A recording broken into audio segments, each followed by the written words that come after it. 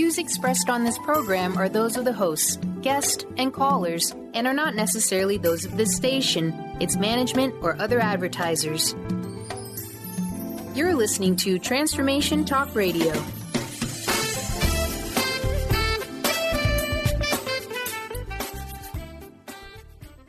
Are you ready? The Kornelia Stephanie Show. Wake up to love, your call to action. Join Kornelia as she empowers others to live heaven on earth. Kornelia teaches listeners how to be the authority over yourself, embracing your inner guru.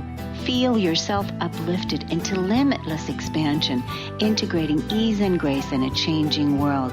This show will cover topics such as unconditional love, your physical body, how to be in extraordinary relationships, create financial and emotional wealth, embracing entrepreneurship in the new earth.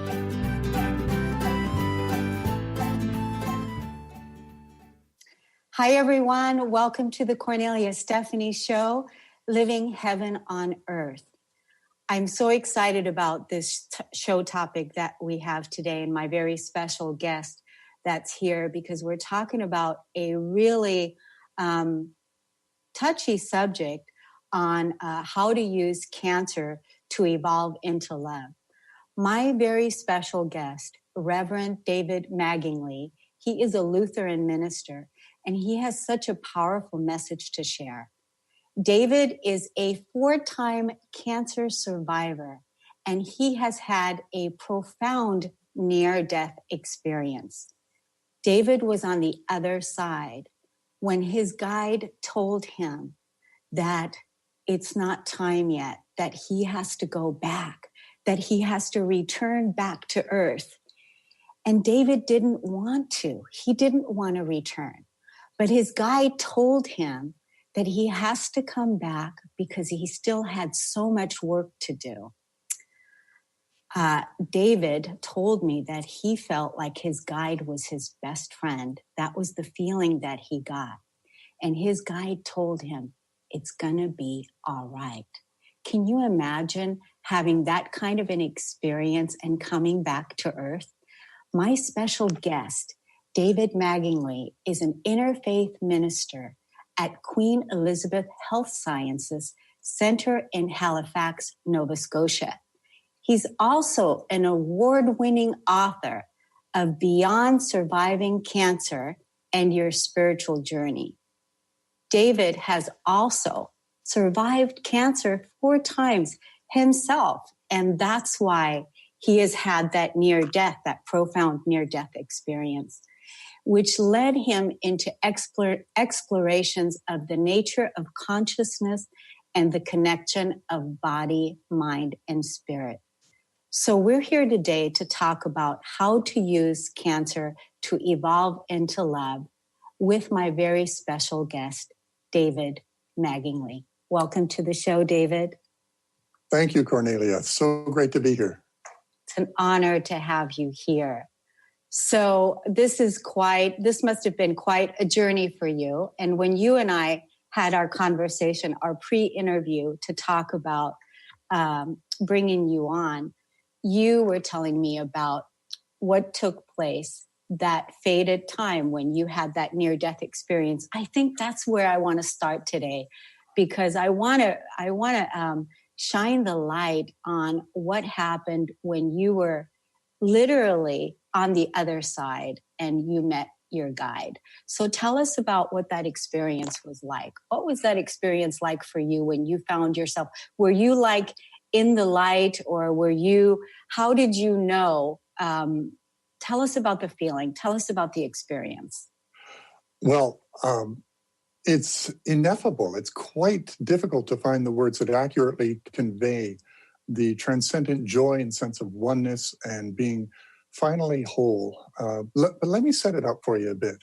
Sure. It happened while I was on internship. I was training to be a minister, and we spent 1 year in a parish. And part of my assignment was to go to the local hospital and do a church service in the chapel. So I was just into the service, just beginning my sermon. I began to feel flush and very hot and woozy. And in only about 10 seconds, I collapsed. Now, I'm a very tall minister. I'm 6 feet 8 inches tall. Wow. So when I collapse, it's a long way down, and I have a lot to think about on the way. And it terrified, of course, all the people in the service. Fortunately, there was a doctor, there were a few nurses there as well, and they rushed up to me as soon as I'd collapsed and found that my heart had stopped. But I didn't care, because I found myself suddenly on this grassy hill in a place of such simplicity and yet profound beauty that I was elated. I was overjoyed. I, unlike many people who have a near-death experience, didn't have the rush through the tunnel into the point of light. Mm-hmm. I found myself, as many do, suddenly there. I could feel every blade of grass. I could sense every movement. I was one with everything. And this was a grassy hill with a dramatic sky, and at the top of the hill was a tree. With all the fiber of my being, I wanted to run to the top of that hill and get to that tree, because I knew if I got to the other side, I would never come back here. I was filled with elation and literally jumping up and down saying, I'm home, I'm home, I'm home. And it was it was beautiful. And then my guide was there. Now, it was as if I dropped into the middle of our conversation. He was there immediately, and I felt that kinship, that belonging with him. And he was, as you mentioned, my best friend. He'd known me all my life. It was a distinctly masculine, angelic entity. And he said, it's great to see you, David. It was surprisingly casual how he said that. And I said, I'm home. Come on, let's go to the top of the hill. Got to get to that tree. And I felt this.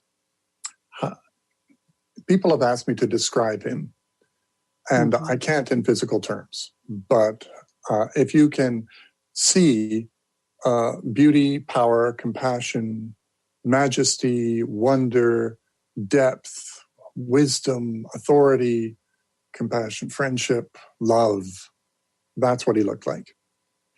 And he said, no, you can't go up there, but things are going very well. Things are going very well for you, and you actually have to go back. You can't stay here. And I thought that was ridiculous. I said, go back? Why on earth would I go back? I'm finally home. Come on, let's go. But there was something in the power of his presence that prevented my feet from even moving. We walked smoothly and gently through this grass, and he explained, while things are going very well, you have a lot more work to do and you can't stay here, so you have to go back. But we will be with you. Notice the plural. We will be with you. And I argued. I did not want to come back here. And I knew I was losing the argument. My heart began to sink as I realized I was going back. And I just said, no, you can't do that. Please don't do that. Oh. Please don't. I felt the touch of his hand upon my shoulder, such as I had a shoulder. I was dead, but I had a body like this one. I was me. I had legs and arms, and I was walking, but that place was more real than this one, and I felt more alive than I ever have here, and I felt finally whole and complete. Here we're straining against different aspects of ourselves. Very rarely are we fully present in the moment. But there, the moment is all that there is, and you are home. So he touched my shoulder, and I felt this endearing, compassionate laughter rise from within him. And it was like you would have for a little boy who doesn't want to go to bed. And he just said, it'll be okay. We'll see you later. And boom, I was back. And boom, you were back. And boom, you made the choice to come back. Reluctantly. It turns out in near-death experiences, some people are sent back, like me, some people decide to come back because of the unfinished love story of their lives. And others just find themselves back here, just like that. I'm curious, though, what that does with free will.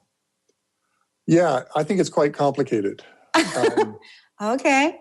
Sometimes you think we're pushed? Yes, sometimes we're pushed back. Sometimes we don't have a choice. Okay. We have free will, but we only have choice within a certain set of possibilities. And beyond that, we don't have a choice. And yet, within that set, there are more, there's more than enough choices to make. Right. But it's complicated. It raises that question, do we all have an assignment here on Earth? Yeah. Does that have particular details? Yeah. That's a complicated question. And while I don't believe in a predetermined plan, that doesn't mean I don't believe in there's a fundamental purpose for us. So we'll find out on the other side. And we don't need to figure it all out on this side. Okay. And it's all about the exploration and discovery, isn't it? And bringing in the new evolved consciousness of what it is that we're really capable of, isn't it? Yes, I think that's the fundamental homework, to evolve into love itself. And that has a variety of paths for everyone, but the end result is the same. So your spiritual homework that is waiting for you is always, how do you love? If you focus on your love, you're going to be focusing on the deepest spiritual and the most noble quality of life. Mm-hmm. That wisdom will guide you.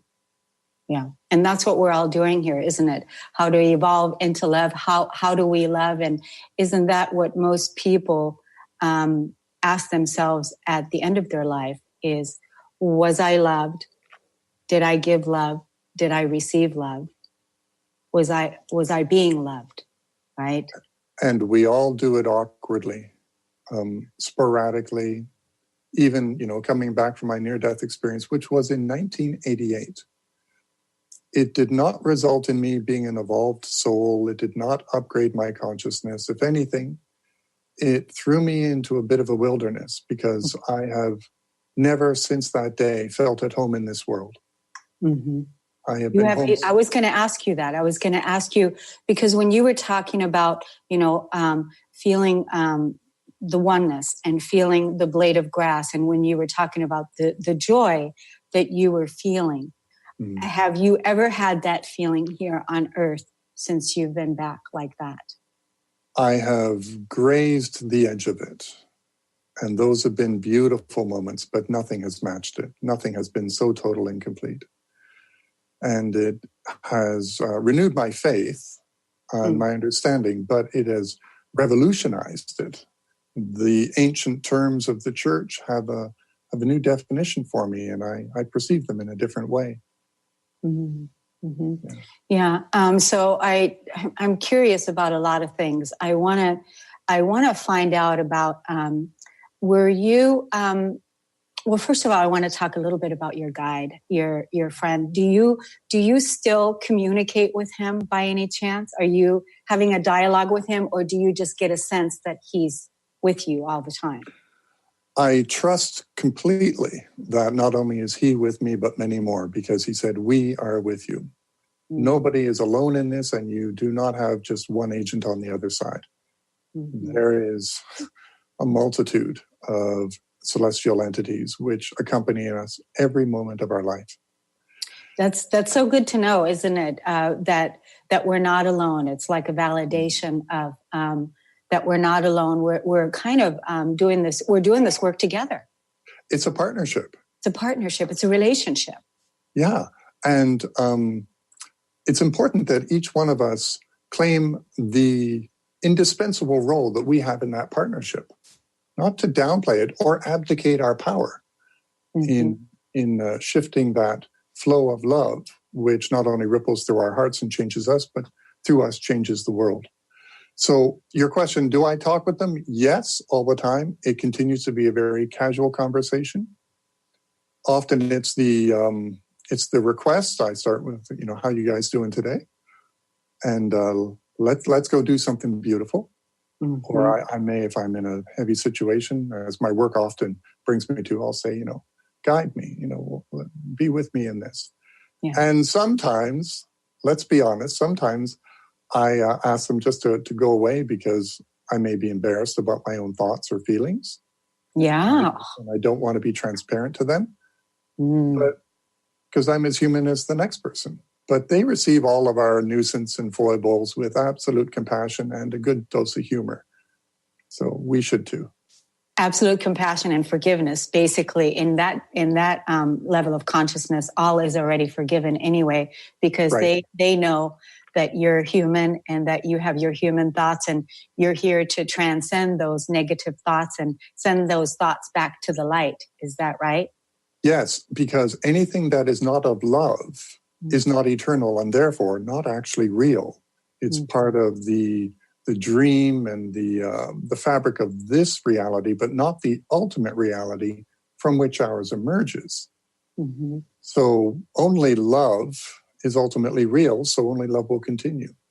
And this is really pretty much what our message is today. When you and I decided to have this interview, is really the message is to evolve love, to spread love, and to have this interview go viral on the internet, sending out the waves of love, supporting other people that are possibly experiencing, whether they're experiencing some kind of health crisis or some kind of spiritual crisis or relationship crisis, but always to go back in and consult the own inner bank of love.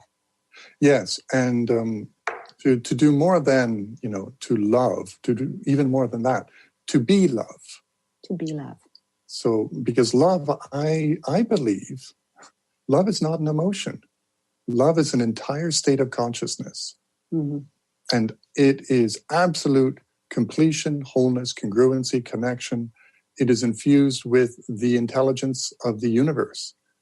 And it is something I experienced briefly in 15 minutes of terrestrial time, though there it felt much longer. I was one with love. One with love. Mm-hmm. Wow. So, David, in 1988 is when you had your near-death experience. And you just, it was a year, you were just becoming an interfaith, a minister. Yes. In the Lutheran Church, yes. Yeah. And what made you want to become a minister? I'm curious about that. Like, what started that? Well, cancer started that. I was Really? 17. Yeah, I was 17 when I developed a tumor in my bladder. And it was removed successfully, and I was told at the time it was benign. Mm-hmm. But it made me re-examine my life. I had been a very shy and careful young man, and I had a lot of questions about, well, what is the meaning of life from that? So I studied philosophy and comparative religions in university, and I just learned to ask better and better questions. So I went to seminary. I was a member of a church, though I actually identified myself as more spiritual than religious at the time. Mm-hmm. And I found that I loved seminary. I didn't intend on being ordained. I just wanted to ask better questions and dig deep. However, internship comes up in your third year and you've got to go. So I did, and discovered that I loved ministry. I loved loving people and exploring with them the questions, never really finding an answer, just trusting the answer had found us and moving in that love. And is that what you love about ministry? Is loving love, being a minister of light, being a minister of love? Being an ambassador of love, but not in a way that places me above people, but brings me alongside of them and enables me to have a deep presence, especially now as I'm a hospital chaplain. I work in cancer care, intensive care, and palliative care. And my job is to incarnate love and help others tap into the wisdom within them to navigate this storm and do something they never imagined that they could do. Not only to face cancer and survive it, not only to go through cancer, but to grow through cancer in the full dimension of their being. Yeah.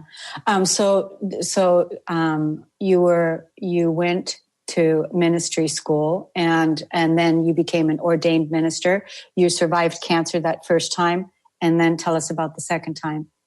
The second time, I was in my parish.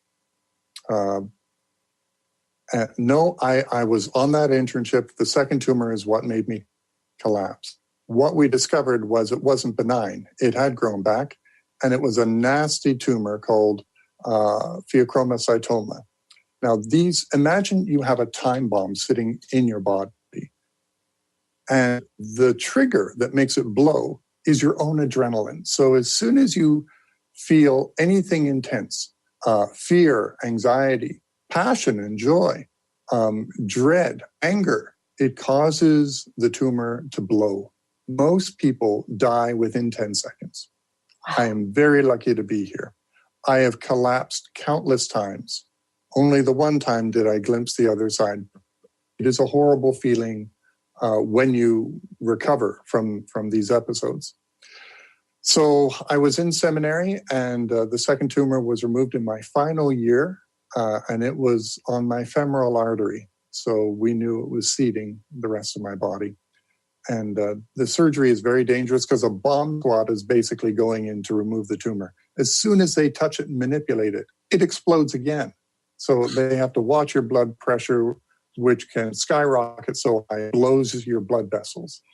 I had a great surgical team that second time, and I recovered just in time to graduate from seminary and go to my first parish in a little country town of 600 people on the prairie. And on that first day, I found myself sitting at the bedside of a man who was dying, and I felt oddly at home. Wow. Wow. That's incredible. What an incredible story. Yeah. It seems like you are here. That's part of the mission, is really being able to transcend, not death, if you will, but transcend the way that we look at death and the way that we perceive death and the way that we experience it. Because you're so at home with it. It's almost kind of like you got intimate with death. With mortality. And as long as your love is stronger than your fear, you can navigate that storm. Mm-hmm. So now, go ahead. Well, I was just thinking, in fact, love and compassion enable you to use the energy of distress and anxiety and use that to move even faster towards your destination of love. We can explore that in a little bit. It's a complicated thing. Yeah. So that was the second time. Third time, I was here in Nova Scotia. I had moved to a parish here in the suburbs of Halifax, and the tumor was acting up again, and I was having episodes of collapsing. And we found it was on in the muscle and around the ureter, near the kidney on the right side. And I got through that one by the skin of my teeth. The surgery went fairly smoothly, but recovery in intensive care did not. At one point, I'm lying there, and it was late at night, and I heard code blue being called, and I know what that means. And I thought, my goodness, who's the poor fellow who's on the edge of life? And then they came crashing through my door, and it was me. Oh. And they looked at me and they said, can you hear us? Can you hear us? And I looked up, and I said, of course I can hear you. How are you guys doing? And they looked at me with absolute confusion because my blood pressure was bottoming out. I should not have been conscious. Now, a little backstory on that one. I had, about a month earlier, been at a retreat, a spiritual retreat with a therapeutic touch teacher. So this is energy healing. And I had been practicing energy healing for some years. It was one of the abilities I found after I had returned from my near-death experience. And the teacher had given me a private treatment. As she scanned through my energy field, she paused. She didn't know I had cancer. And she said over that area, "What's this?" And I said, "It's a tumor." And she began to treat the tumor, and then she stopped and she began to weep. And I asked, what's going on? And she whispered, there's an angel of the Most High across the bed from us. Oh. And I looked around. I was so excited. But all I saw was the wall. I couldn't even sense the angel. Mm-hmm. And then she stopped weeping after a while. I just held the space and listened. And I asked, well, where is she? And she said, the angel's gone now. So what's the message? I asked. And she said, it's going to be very rough this time, but we'll be with you and give you strength. That's not too comforting, you know. Mm-hmm. And I held that in my heart and contemplated it, but I didn't tell it to anyone. And then there I was in the intensive care unit. They crashed in. They're putting a central line, it's called a Swan's Gans, cutting into my throat, threading it down into my heart, putting epidural into my spine, putting drugs into me that they've never given to a conscious person. And I looked up at the doc and I said, you look stressed. Let me sing you a song. And I began to sing, hum a hymn that I'm familiar with. And he looked at me like, well, I was on drugs, and I was at the time, but I should have been unconscious. I should have been dead. Wow. It went, yeah. Wow. That's absolutely incredible. How many times that you've actually had to face this, and how many times your team, your angelic team and your soul team and your guides have been with you, supporting you through this and giving you messages of stay with it, stay with it, stay with it. David, I want to talk to you more about this. We're going to take a quick break. You're listening to the Kornelia Stephanie Show. I'm with Reverend David Maggingley, and we'll be right back.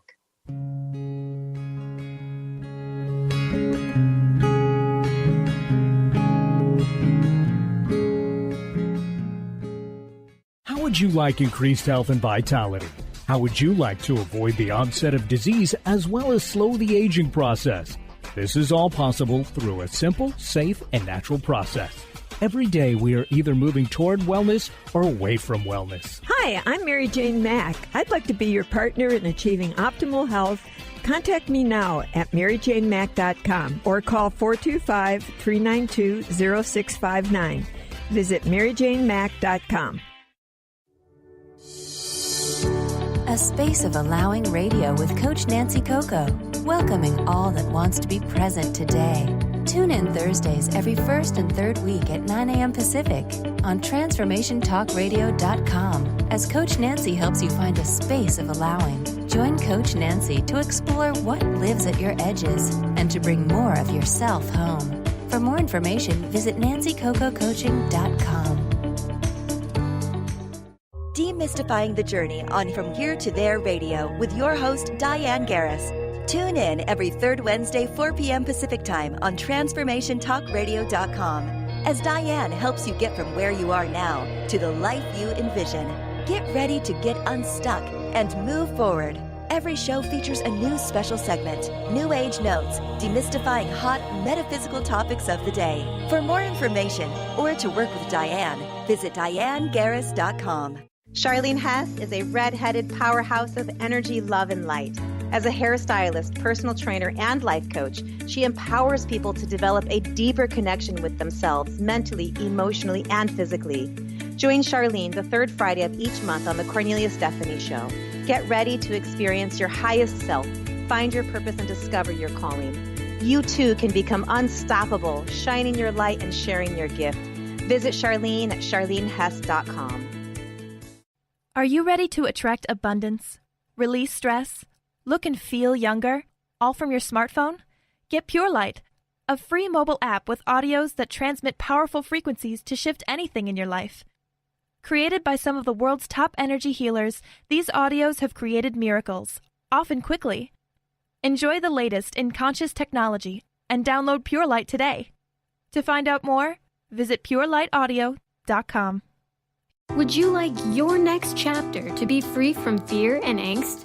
Tune in to Your Next Chapter Radio, navigating through life's transitions with Shelley Ryan the fourth Monday at 12 p.m. Pacific on TransformationTalkRadio.com. Shelley's contagious enthusiasm guides you through life's transitions deliberately, mindfully, and funnily. For Your Next Chapter coaching or to listen, visit YourNextChapterCoaching.com or call 602-617-8351. Next. Listen while you work. Streaming live on any device. Tune in to the Transformation Radio Network. Visit transformationradio.fm.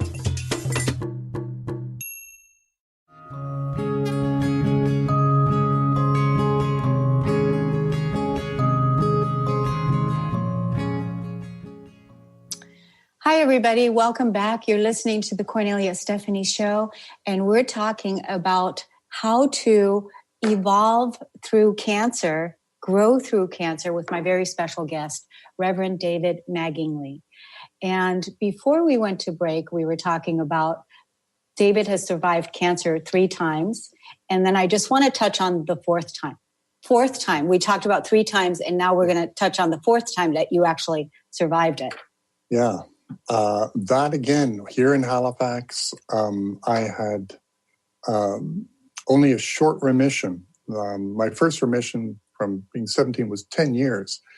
And then I had about an 8-year remission, and then it was only 2 years later. The tumor had seeded itself and now was growing again in the lymph nodes of my abdomen. The symptoms, I was very familiar with them by this point. I could sense the anxiety, what feels like anxiety, your heart racing, the sweatiness. Your fingernails turn blue because the capillaries get calcified, and you have what looks like an anxiety attack. But by this time, I had employed meditation to survive these, so that I could overcome the autonomic nervous system and calm myself down. Meditation is among the things like my surgical team who saved my life. But it doesn't remove the tumor. That has to be done by my team, and we scheduled the surgery. We had to let the tumor grow. You have to let it grow so it shows up on the scanner. So that means a year of being on the edge of life and learning to mitigate these attacks. The tumor behaved itself more during the surgery this time, and it all went fairly smoothly.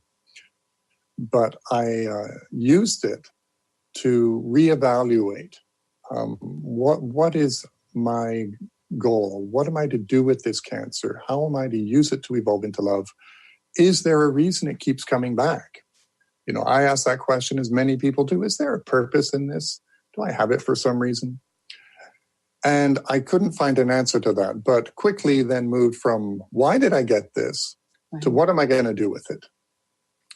Up to this time, even with 3 cancers, I had focused really on just living my normal life and loving as best I could.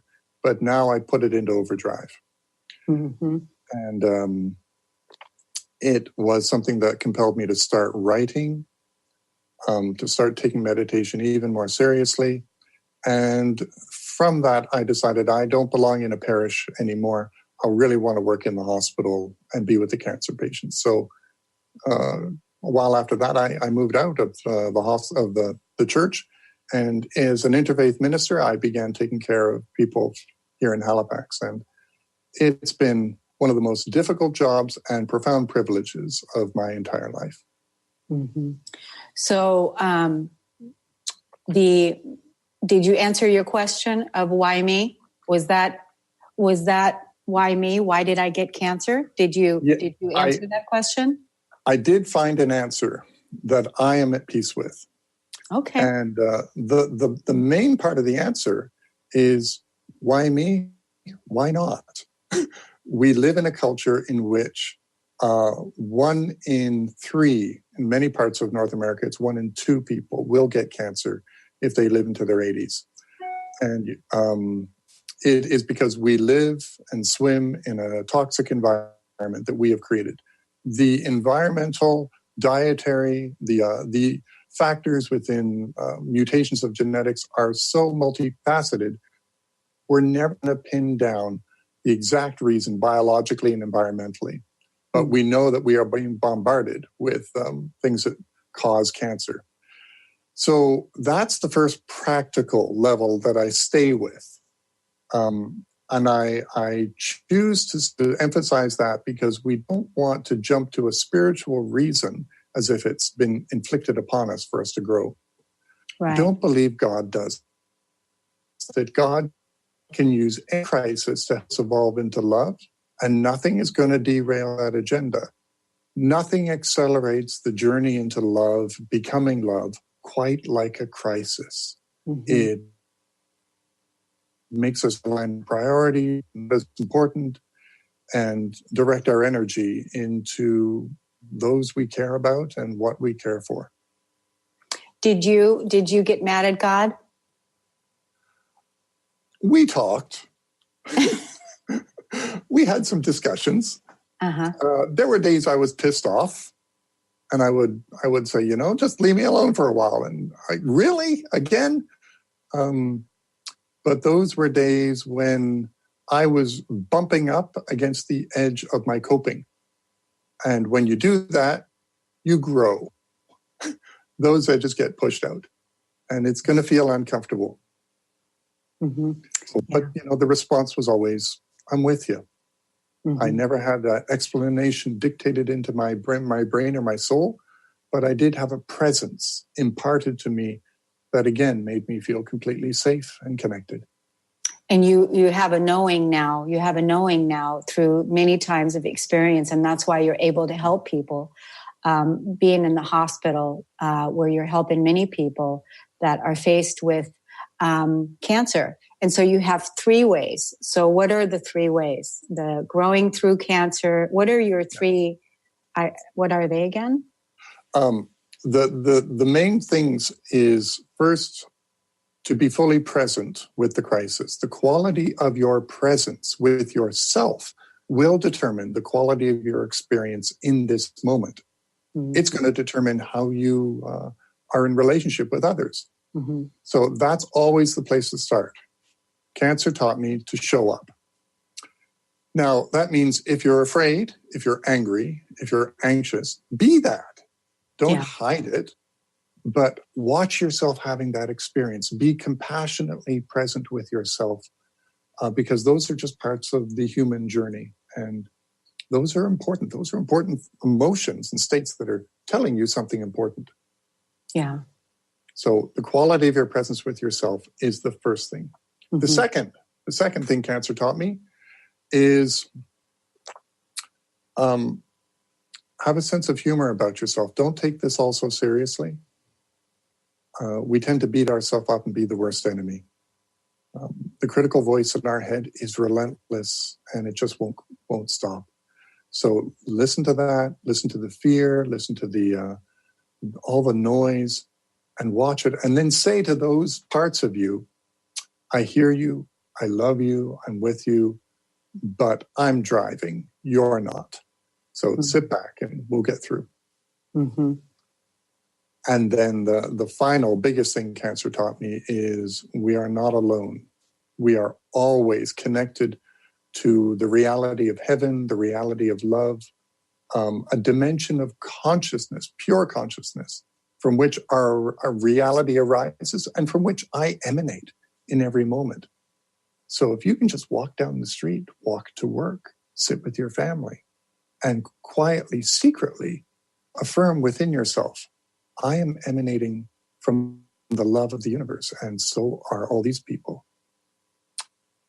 Even if someone is angry with you, or they're upset and crying, you can compassionately hold that aspect of themselves while affirming that they are a beautiful, immortal expression of God. Even if they've forgotten it in themselves, you will not forget.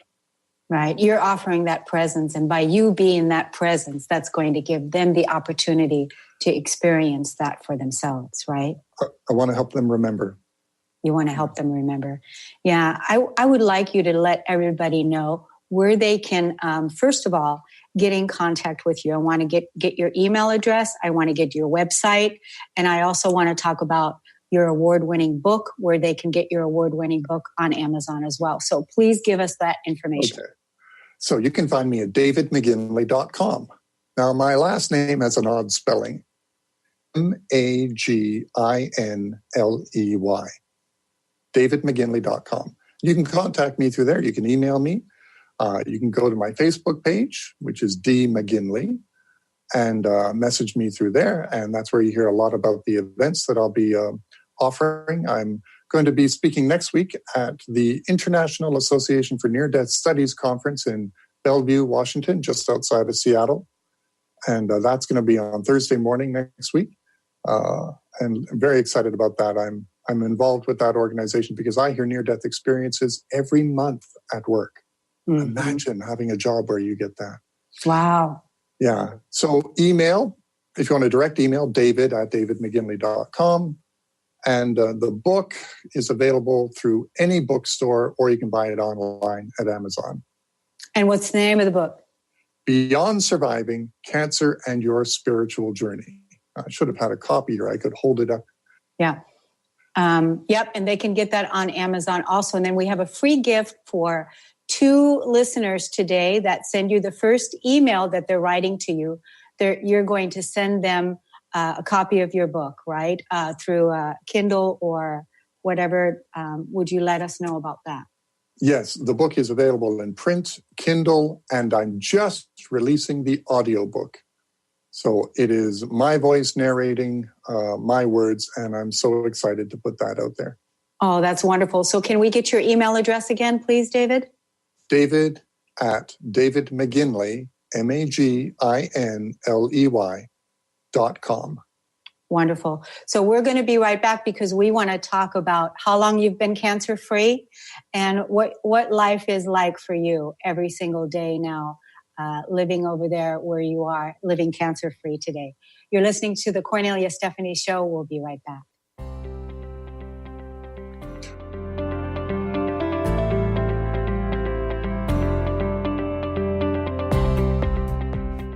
Introducing the Lucid Planet, a digital gathering place featuring cutting-edge, high-vibrational content that will empower and inspire you to become the greatest version of yourself. Visit the Lucid Planet today to stimulate your mind, body, and soul as you connect with a global community of like-minded people. The Lucid Planet is edited by renowned psychologist and author Dr. Kelly Neff, who is here to help you cope with anxiety, connect to your higher purpose, uncover your true passions, and live your dreams. Dr. Kelly's fresh, compassionate perspective emphasizes growth, transformation, healing, and thriving. Even in the face of adversity, say goodbye to bad news and low vibrational media for good and become part of the larger collective of people working together to navigate the global shift of consciousness and transform the world from within.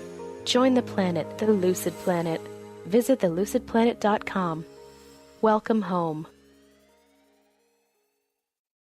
Ignite your inner magic on Grow Your Soul Radio with Jane Matanga. Tune in each month on Transformation Talk Radio as host Jane Matanga explores how to overcome your fears to help you gain the inspiration you need to awaken your path to joy. Learn the way to life mastery and the enlightened path with Grow Your Soul Radio. For more information on Jane Matanga and her work, visit enlightened-path.com. Would you like your next chapter to be free from fear and angst? Tune in to Your Next Chapter Radio, navigating through life's transitions with Shelley Ryan the 4th Monday at 12 p.m. Pacific on TransformationTalkRadio.com. Shelley's contagious enthusiasm guides you through life's transitions deliberately, mindfully, and funnily. For Your Next Chapter coaching or to listen, visit YourNextChapterCoaching.com or call 602-617-8351. Next. Are you your story? Or can you change your story? Can you change what you believe to be true about yourself and your circumstances as part of your healing journey? What if you were to change your expectations? What if you were to invite ease and cooperation into every day and then step back and see what happens? It might just be easier. I'm Megan Edge, and I hope that you'll join me on my new radio show, Playing on the Edge, Radical Change with Ease with my co-host Dr. Pat on Transformation Talk Radio. I look forward to seeing you there. Want to find out more about Megan Edge? Visit her website at meganedge.ca.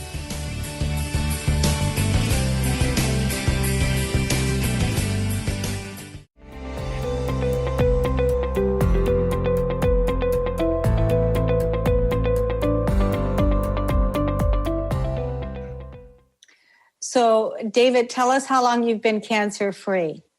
18 years. This is the longest remission of my life.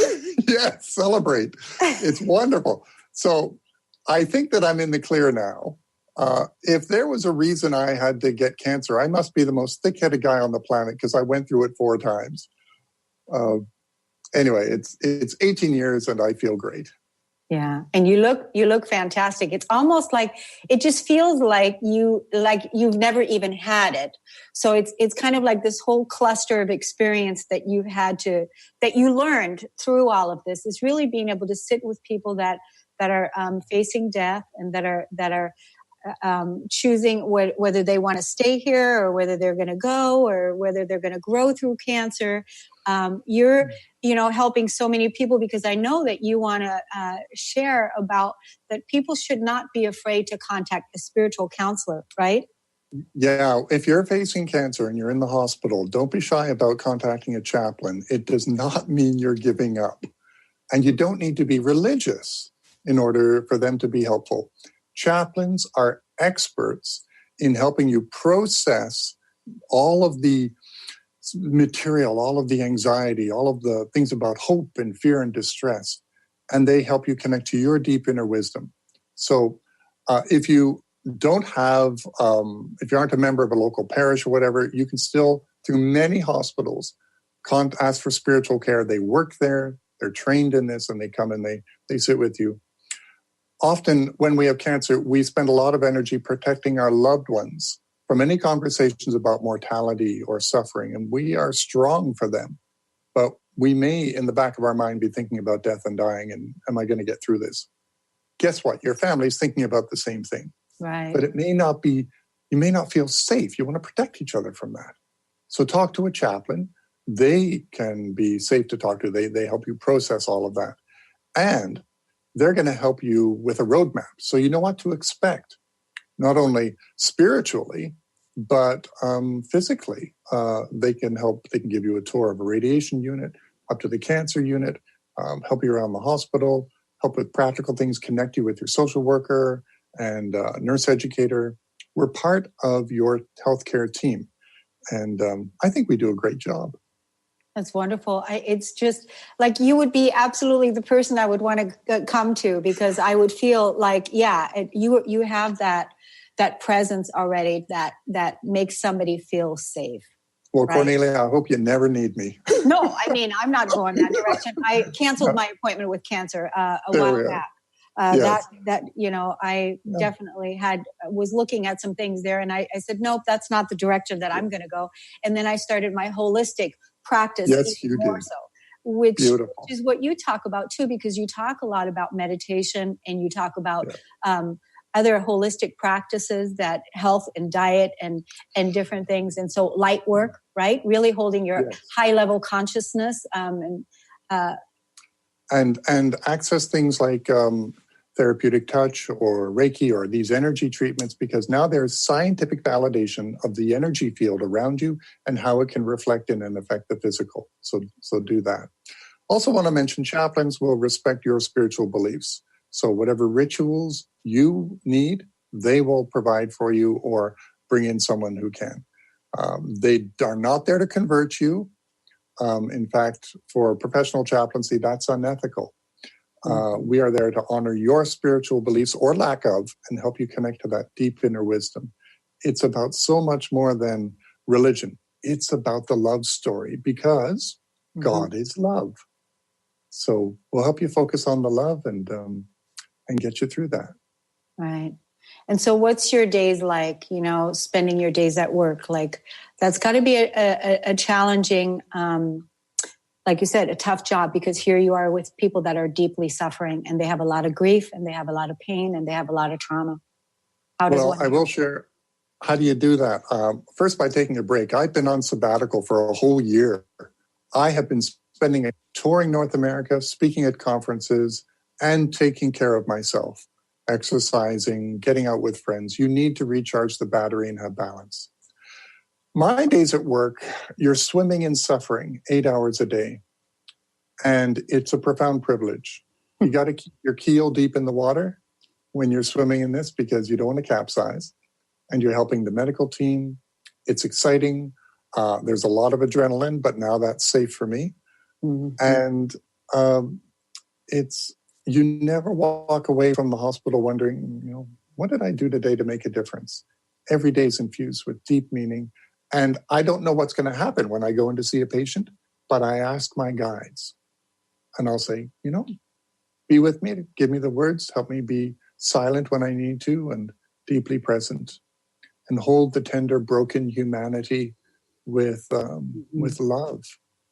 I am richer for that. Mm-hmm. It's beautiful. It's really beautiful. Can you tell us a couple of stories from people that have had profound effects? I mean, I sat with Brandon, who was a young man dying. He was unconscious. Osteosarcoma, bone cancer had spread out. His parents, who were divorced but good with each other, were on either side of the bed, and he was unconscious. They were wondering, would he live through the night? Because his brother was flying out from Calgary, thousands of miles away, and had promised he would be there for Brandon, and he wouldn't die alone. So we sat and we talked, and I helped them with their grief and how to be deeply present, and the love was amplified because they were no longer suppressing any part of the nightmare. They were able to tenderly hold each other and be at his side. Then I asked, has anything interesting happened? Has he been speaking? Because we were talking about what is it like to die and what will he see? The most common thing patients see is the spirit of a loved one who's died before, your grandmother. Well, what do you know? He said, a couple nights ago, Brandon was saying his grandmother's name. Or no, his sister's name. And now his sister had died before he was born. And her name was Vanessa. He never knew her. Wow. But in this last hours of life, he started saying, Vanessa, Vanessa, and as if he was speaking to her from an unconscious state. And then her ex-husband said, last night with him, and he was saying Oma and his grandmother, her great-grandmother's name. They were very close. And I nodded my head and I said, right, those are his welcoming committee. He is not alone as he goes through this. In fact, through that love, death is one of the smoothest, safest things you could ever go through. Well, it brought them such profound hope and helped them love with clarity and vulnerability. Now, it doesn't rescue anyone from the situation and it doesn't fix anything, but it transforms it, because when love shows up like that, everything changes. The whole family gathered outside and all of the friends, and there was a big crowd. They got such hope from that, and they knew he would be comfortable as he is going through the transformation that's waiting for us all. David, you gave us so much hope today. Thank you so much for spreading your love, for sharing your story, and for doing the good work that you're doing in sharing your gifts with the world. It's been an honor and a pleasure to have you here on the show today. Please, one more time before we go, let's tell everybody where to get your website. So please go to davidmcginley.com. That's David, MAGINLEY.com. You'll see all of my blog, and you can get the book through there. You can also buy my book, Beyond Surviving Cancer and Your Spiritual Journey, from Amazon or any local bookstore. Please support your local bookseller. I'm on Facebook at D. McGinley. You'll see all the links. Thanks, everybody. Thanks for listening. Much love. See you next time. Namaste. Namaste. You've been listening to the Kornelia Stephanie Show, Wake Up to Love, your call to action. Tune in each week on Transformation Talk Radio. Kornelia's joy is to engage others in practical ways, showing us how to live in the new earth in harmony with our true nature. For more information on Kornelia and her extraordinary work, or to listen to past shows, go to her website at korneliastephanie.com.